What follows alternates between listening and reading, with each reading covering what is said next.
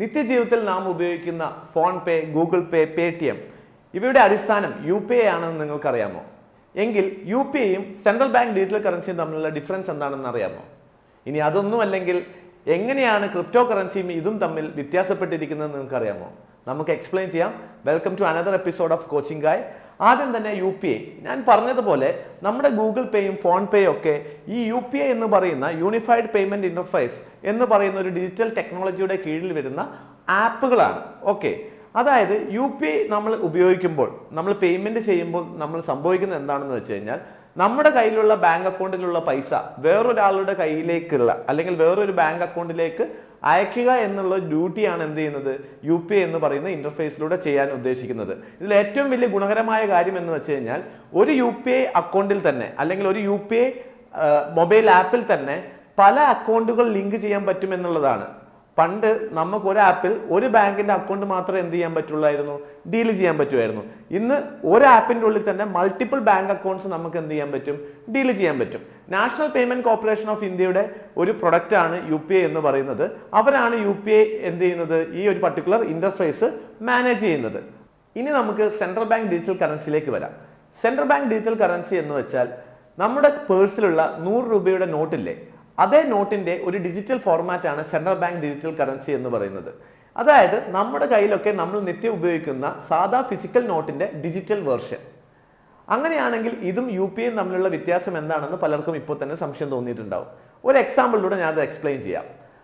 Suppose ആശ എന്ന് പറയുന്ന കുട്ടിക്ക് രാഹുലിന് 500 രൂപ അയക്കണമെന്ന് വിചാരിക്കുക. ആശയുടെ ബാങ്ക് അക്കൗണ്ട് ആയുള്ള HDFCയിലാണ് പൈസ ഉള്ളത്. ആശ ഗൂഗിൾ പേ എടുക്കുന്നു, രാഹുലിന്റെ UPI ID-യിലേക്കാണ് 500 രൂപ അയക്കുന്നത്.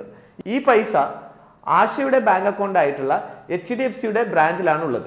ഈ HDFC ബാങ്കിലുള്ള ഈ 500 രൂപ രാഹുലിന്റെ അക്കൗണ്ടിലേക്ക് പോകുമ്പോൾ, രാഹുലിന്റെ അക്കൗണ്ട് ചിലപ്പോൾ ലെറ്റ്സ് സേ SBIയിലാണെന്ന് വിചാരിക്കുക.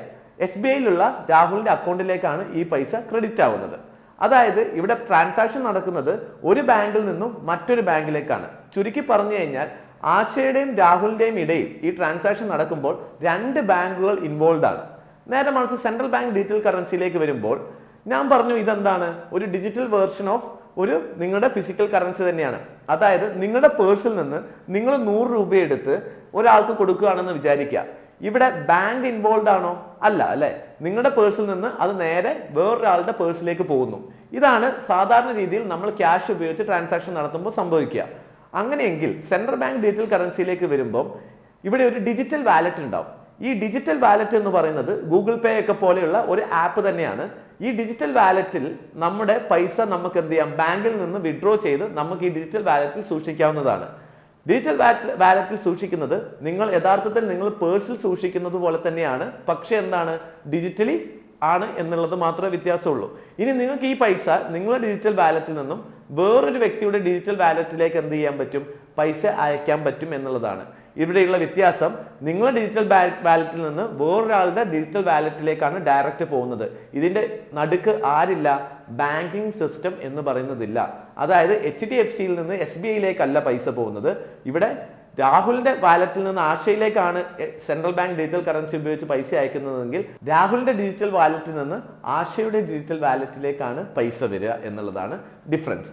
ഇനി ഇവ തമ്മിലുള്ള മേജർ ഡിഫറൻസ് എന്ന് പറയുന്നത്, സെൻട്രൽ ബാങ്ക് ഡിജിറ്റൽ കറൻസി സാധാ കറൻസി പോലെ തന്നെ ഒരു ലീഗൽ ടെൻഡർ ആണ്.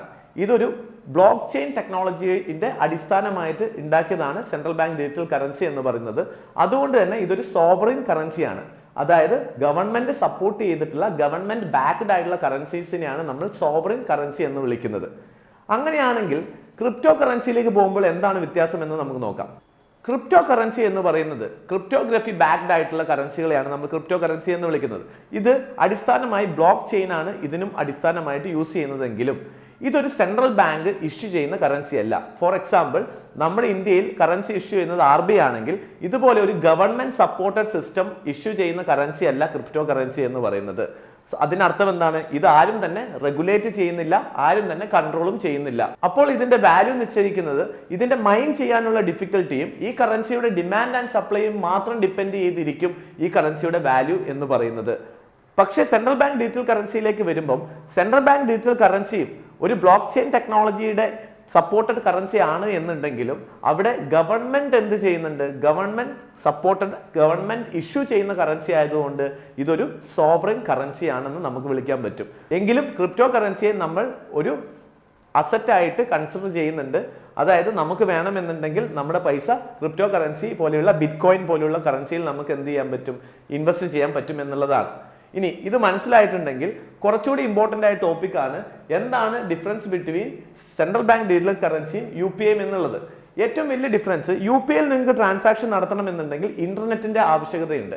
പക്ഷേ സെൻട്രൽ ബാങ്ക് ഡിജിറ്റൽ കറൻസിയിൽ നിന്ന് വാലറ്റിൽ നിന്ന് പൈസ അയക്കുവാൻ വേണ്ടി നിങ്ങൾക്ക് ഇന്റർനെറ്റിന്റെ ആവശ്യമില്ല എന്നുള്ളത് തന്നെയാണ്.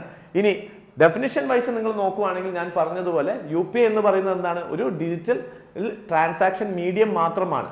ഫോർ എക്സാമ്പിൾ, നിങ്ങൾ ഒരു കത്ത് ഒരു വ്യക്തിക്ക് അയക്കുമ്പം നിങ്ങൾ പോസ്റ്റ് മാസ്റ്റർ വഴിയായിരിക്കും നിങ്ങൾ എന്ത് ചെയ്യുക, ഈ കത്ത് അയക്കുന്നത്. ഈ പോസ്റ്റ്മാൻ, ഈ കത്ത് ട്രാൻസാക്ഷൻ ചെയ്യുന്ന പോസ്റ്റ്മാൻ ആണ്, ഇതിന്റെ ജോലിയാണ് എന്ത് ചെയ്യുന്നത്, UPI ചെയ്യുന്നത്. അവിടെ ഒരു മിഡിൽ മാൻ്റെ റോളാണ്. എന്നാൽ സെൻട്രൽ ബാങ്ക് ഡിജിറ്റൽ കറൻസിയിൽ ഇങ്ങനെ ഒരു മിഡിൽ മാൻ ഇല്ല. ഇത് ഡയറക്ട്ലി കൺട്രോൾ ചെയ്യുന്നത് സെൻട്രൽ ബാങ്ക് തന്നെയായിരിക്കും. അതുകൊണ്ട് തന്നെ നിങ്ങളുടെ വാലറ്റിൽ നിന്ന് പൈസ മാറ്റിയത് മറ്റ് ബാങ്കുകൾക്ക് എന്ത് ചെയ്യാൻ പറ്റില്ല, അറിയാൻ കഴിയില്ല എന്നുള്ളതാണ് ഇതിന്റെ ഏറ്റവും വലിയ മറ്റൊരു ഗുണം. അതുപോലെ തന്നെ സെക്യൂരിറ്റിന്റെ കാര്യം പറയുമ്പോൾ UPI ഹൈലി സെക്യൂർഡ് ആയിട്ടുള്ള കാര്യമാണ്. സെക്യൂരിറ്റിയുടെ കാര്യത്തിൽ UPI 2 ഫാക്ടർ സെക്യൂരിറ്റി സൊല്യൂഷൻസ് ആണ് പ്രൊവൈഡ് ചെയ്യുന്നത്. പക്ഷേ സെൻട്രൽ ബാങ്ക് ഡിജിറ്റൽ കറൻസിയിലേക്ക് വരുമ്പോൾ ഇതും ഹൈലി സെക്യൂർഡ് ആയിട്ടുള്ള ബ്ലോക്ക് ചെയിൻ ടെക്നോളജിയുടെ ബേസ് ചെയ്തിട്ടാണ് നമ്മൾ സെൻട്രൽ ബാങ്ക് ഡിജിറ്റൽ കറൻസിയിലേക്ക് വരുന്നത്. അതായത് ബ്ലോക്ക് ചെയിൻ ടെക്നോളജി എന്ന് പറയുന്നത് ഒരു ഡീസെൻട്രലൈസ്ഡ് ലെഡ്ജർ സിസ്റ്റം ആണ്. ഇനി എന്താണ് ഡീസെൻട്രലൈസ്ഡ് ലെഡ്ജർ എന്ന് വെച്ച് കഴിഞ്ഞാൽ, നമ്മൾ ചെയ്യുന്ന ട്രാൻസാക്ഷൻ നമ്മുടെ ചുറ്റുപാടുള്ള എല്ലാവരുടെ കയ്യിലും ഇതിൻ്റെ ഒരു കോപ്പി അവൈലബിൾ ആയിരിക്കും.